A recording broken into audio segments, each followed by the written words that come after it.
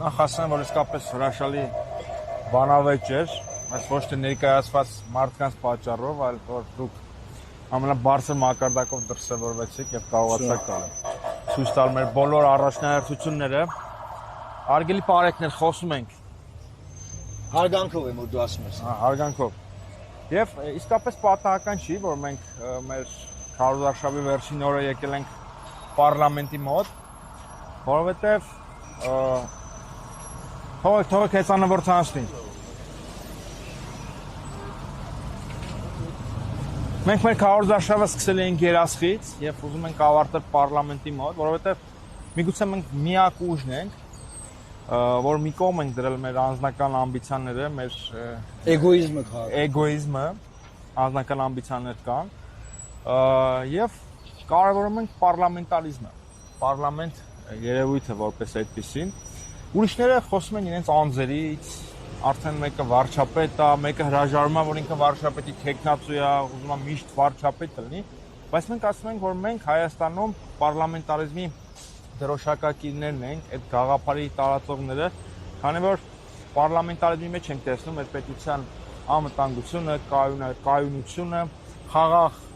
վերարտադրությունը եւ ունենալով են համոզմունքը, որ եթե մենք չունենանք նորմալ բազմաթիվ ուժերից կազմված պարլամենտ, մենք ոչ մի լավ տեղ չենք հասնելու եւ դա հանգեցնելու է պայթյունի, երբ որ մենք խոսում ենք կոմպրոմիսների մասին, կոմպրոմիսային քաղաքականության, կոմպրոմիսային պարլամենտարիզմի մասին, այդ հիվանդագին էգոիզմով տարված մարդիկ հաճախ չեն հասկանում ինչի մասին ենք խոսում։ Նաեւ լրագրողները չեն հասկանում, ասում ոնց կարա մարդը կամովին գնա կոմպրոմիսների եւ ինչ-որ մի բան զիջի, այսինքն այս քաղաքական կյանքը այնքան այլասերված է, որ մարդիկ չեն հասկանում, որ հնարավոր է այդպես բան։ Ես ուզում եմ ասել, որ քաղաքականությունը ինքնին առողջ քաղաքականությունը կոմպրոմիսների մասին է եւ որտեղ որ կոմպրոմիսներ չկան, տեղ համակարգը դատապարտված է մեծ պայթյունի, դատապարտված է փլուզման։ Եթե նայենք Եվրոպայի պատմությունը, հեղափոխություններ եղել են մեծ հեղափոխություններ այն երկրներում, որտեղ կոմպրոմիսներ չեն եղել։ Ֆրանսիայում մեծ հեղափոխություն եղավ, որտեղ աբսոլյուտիզմը որևէ կոմպրոմիս չէր հանդուրժում։ Նույնը ռուսական մեծ հեղափոխության մասին կարող ենք ասել, այսինքն եթե չկա կոմպրոմիս, կարող է ինչ-որ պատրանքային ուժեղ իշխանություն լինել, որը ինչ-որ մի օր փլվելու է եւ իր փլատակների տակ առնելով ամբողջ հանրությանը, պետությանը, իսկ մենք Ֆրանսիան չենք, մենք Ռուսաստանը չենք եւ մենք միգուցե այդ ռեսուրսները չունենք չգոյությունից մի քանի անգամ վերածնվելու։ Մեր մի սխալը կարող է մեր համար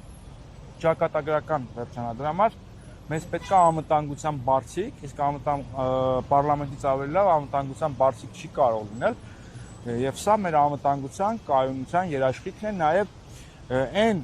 իշխանությունը, որը կունենա ուժեղ պարլամենտ, ավելի ապահովագրված կլինի արտաքին աշխարհում, կգնա Մոսկվա, Անկարա, Բաքու, կբանակցի անթույլատրելի պահանջներ դեմ կտան, կասի կներեք, չեմ կարող, պարլամենտս չի թողնի, պարլամենտս ինչ կճղի, չեմ կարա, այլ ոչ թե գիշերը ժամը 12-ին կգա կասի ժողովուրդ ջան, նոյեմբերի 9-ին եմ ստորագրել, ինչ անենք, հրաշալի է, վայելեք։ Այսքանը եւ մի բան եմ ուզում ասել, այդ Նիկոլ Փաշինյանի այդ սատելիտ ուժերի մասին, որ երեք եկել էին եւ ուզում են քաղաքական միտքը սպանել, ժողովուրդ ջան, սա Հայաստանն է, Ռուսաստանը չի, Հայաստանը եւ Ռուսաստանը արդեն վաղուց առանձին երկրներ են 1991 թվականից ի վեր։ Եթե ուզում եք Պուտինի դեմ պայքարեք, գնացեք Ռուսաստան կամ գնացեք, չգիտեմ, Էստոնիա, Լատվիա, որտեղ որ Ռուսաստանի վտարանների ընդդիմությունն է, եւ այնտեղ պայքարեք Պուտինի դեմ, սա ուրիշ երկիր է, это не Россия։ Շնորհակալ եմ այս մեկնաբանության համար, ես շատ կարևոր բան ունեմ ասելու։ Նաև մեր թիմի հետ չեմ քննարկել, բայց ուզում եմ այս թեման հիմա ասել, որտեղ դեպքերը շատ արագ են զարգանում։ Առավոտից սկսել են լայնամասշտաբ ձերբակալություններ եւ երեք, չգիտեմ, նկատեցիք թե չէ, Փաշինյանը ասում էր մի քանի ուժերի, որ բազմիցս քննարկել ենք, ինչպես պետք է ինչ-որ ուժերի հանել ընտրապայքարից, ֆիքսեք։ Բայց ասում է, ես ձեզ ասել եմ, ես չեմ անելու։ Դուք գնացեք դիմեք, որ ես անեմ, ասելու են դու վախեցար։ Նրանք էլ այնտեղ արդյանում են, ասում են, ախր գիտես ինչ կա բան, ախր մենք ոնց դիմենք բան, բայց հիմա լույսը բացվել է ժողովուրդ։ Ես ձեզ ուզում եմ ասել։ Հակակոռուպցիոն կոմիտեում քննարկվում է այդ process-ը, չի բացառվում, որ որևէ քաղաքական ուժ երեկվա մասնակիցներից կամ հակակոռուպցիոն կոմիտեն գործընթաց սկսի, որ որևէ ուժ կհանեն քաղաքական մրցապայքարից։ Ինչի համար են սա անելու։ իրենք տեսնում են, որ նաև մեր շնորհիվ ընտրական մասնակցությունը աճել է, շատ բարձր։ Հիմա ինչա պետք է անել իրենց։ Ընտրական մասնակցության շեմը գցել, դա հնարավոր է անել միայն ինչ որ ուժի հանելով, որ դեպրեսիա մտնի եւ ժողովուրդը չգնա ընտրական տեղամաս, ինքը իր մոբիլիզացված ընտրողով բերի ընտրողին եւ հաղթի։ Մենք կհետևենք իրավիճակին, մենք չգիտենք հիմա ինչ են անում,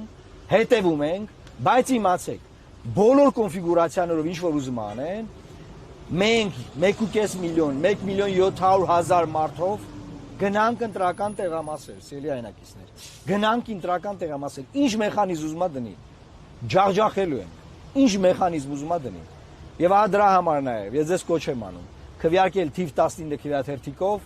որ Հայաստանի Հանրապետությունը դուրս գա այս Լուկաշենկոացման process-ից, որովհետև ես երեք Փաշինյանին էլ ասեցի, ինքը process-ը տանում է Լուկաշենկոացման, այդ որ այդքան խոսում էին Լուկաշենկոն էս արեն արե, Լուկաշենկոն երրորդ ժամկետ է գնացել ընտրություններով եւ դարձել է այսօրվա իրանց ասած Լուկաշենկոն։ Ինքը գնում է Լուկաշենկոյի ճանապարհով։ Էս է իմ ասածը, սիրելի հայրենակիցներ, եւ բոլորին կոչ ենք անում կրկին դիմավորել, հանդիպել մեզ եւ շնորհակալ եմ այդ ջերմ ընդունելությունների համար տարբեր թաղամասերում։ Այսօր կշարունակվի դա, վաղը լրության օր է, բայց ամեն դեպքում հետևեք մեր էջերին, որովհետեւ վստահ եմ դեպքերի զարգացումների բերումով ես անընդհատ կթարմացնեմ այս տեղեկատվությունը։ Աստված պահապան Հայաստանի Հանրապետությանը։